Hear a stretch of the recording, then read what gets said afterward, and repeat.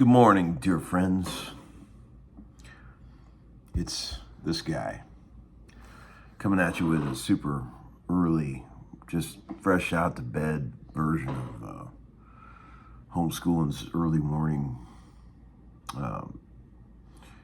thing. I remember one comment a guy left was, I like your show, Larry, but this fresh out of the bed early morning thing is really getting old. That was one of the comments the guy said. What a dick. Who says that? Anyway, thank you for all the comments about the video I put up last night where I was flailing on this poor old guitar. And I thought, my loosely suggested Catholic guilt was starting to get to me this morning. And I thought, I haven't showed you guys anything in a long time, taught you anything. I thought maybe this is a good example. I could teach you this because this is harder than it looks for all those guys out there who know how to play Rockin' Into the Night by 38 Special on your cover gig. This is a little harder than that, okay? So this is just a little thing I made up, and it's here's the thing. It's parts of it are easy, but the thing is to generate that kind of rhythm and energy when you don't have a drummer and keep the bottom together and keep it solid is what's hard about it. It takes a lot of work. It's like aerobic, So the things in the key, well, I suppose you'd say it's in, I don't know. You could call it G, you can call it C. Let's call it G, because it really doesn't really have a form. It's not like a 1-4-5 thing. So here you go. The main riff is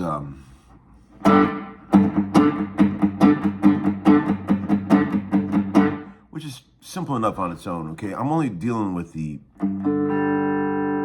first three, the two middle strings and the low. See, what I have a natural tendency to mute the A string with my ring finger when I play a G note. If I didn't, it would sound like this. See, I've been doing that for so long that it's just so natural. I can just be. So the mute is actually happening with the fat part of this ring finger here. So that's step one of getting this to feel right? And I'm not really doing, there's a couple moments where I did the Chuck Berry rock, but it's not really that. It's more like this, with the occasional 4-chord. Occasional 4-chord thrown in. 1, 2, 1, 2,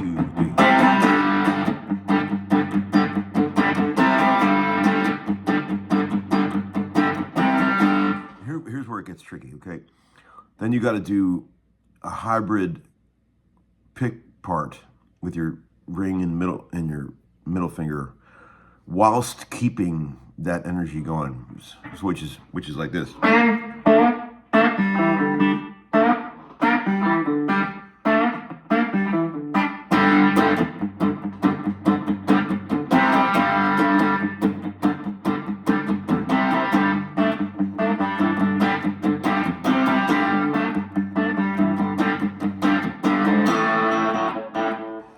Okay, so that's tricky.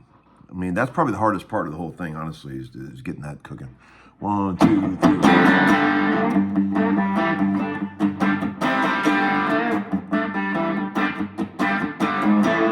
And then I go to my, I call it the Bob Britt style of playing, where he.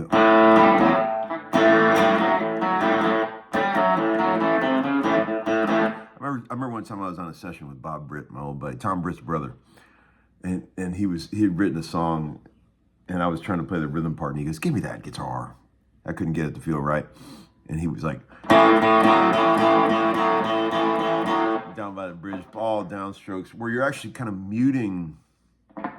You're kind of muting, I don't know how to explain it. You're muting as you pick. Hear that? You hear that's happening? It's getting cut off.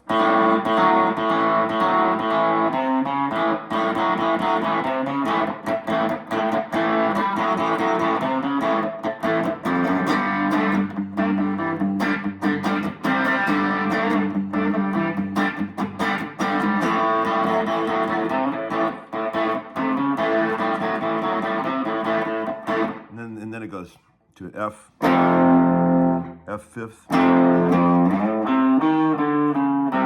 C, to a B flat. Sorry. So I probably should have went. That would have been cooler. So let's do this.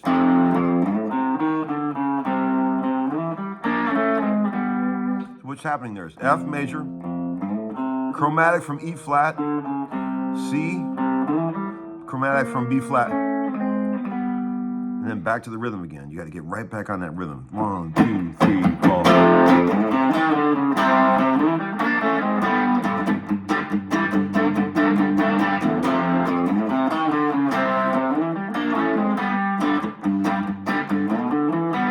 That's a good riff. Okay, so right here you go.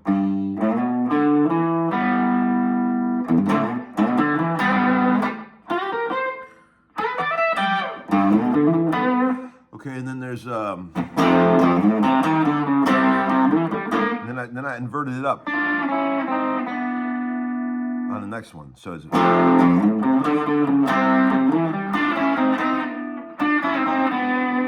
chromatic, okay, from B flat, and then I did a. It's one of my all-time favorite licks.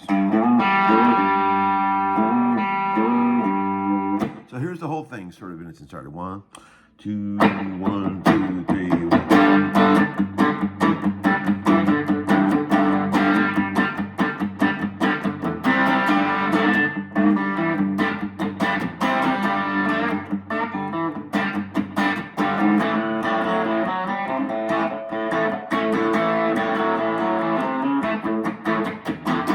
Okay, so then there's this. Here's the B section. 1, 2, 3.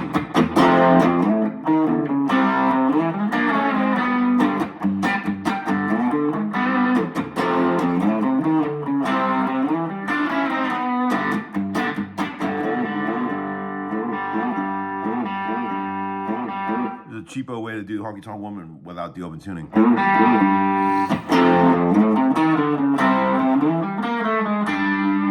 And then the fourth one.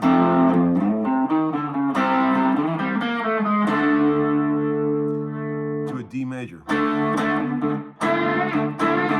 You hold the root and fifth down. You bend the E to an F sharp with your little finger.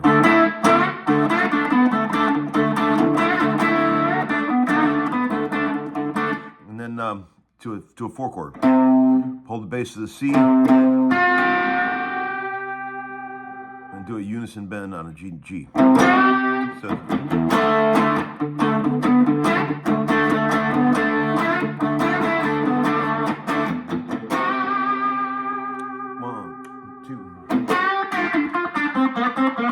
And there was a cool, I did at the beginning of it, I went, now I see. I like that one. So 1, 2, 1. That's a good lick. There you go. A couple of techniques. Now I heard, keeping that tempo and keeping the pocket. See if it's easier to do that shit when you're playing with a drummer, obviously. But when you don't have the drummer, you got to keep all that rhythm yourself. And if I watch that back, I can feel myself barely pulling back the tempo on the A chord.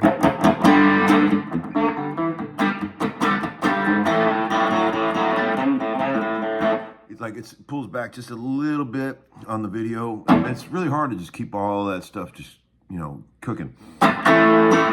But that's why we play this thing, right?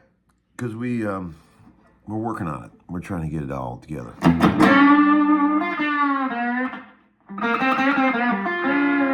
Got Fred Flintstone's guitar here. The crudest, most primitive guitar I've ever played. This thing was like Barney Rubble looked at this one and went, "Fred, you got a new guitar." When you just feel this neck, it's just so primitive and crude. It reminds me of like I don't even know how to explain it, but Fred would have loved this guitar. All right, friends, have a great day. Hope you learned something. Anybody can get this cooking. Put up a video of it. Let's see what you got. All right, see you.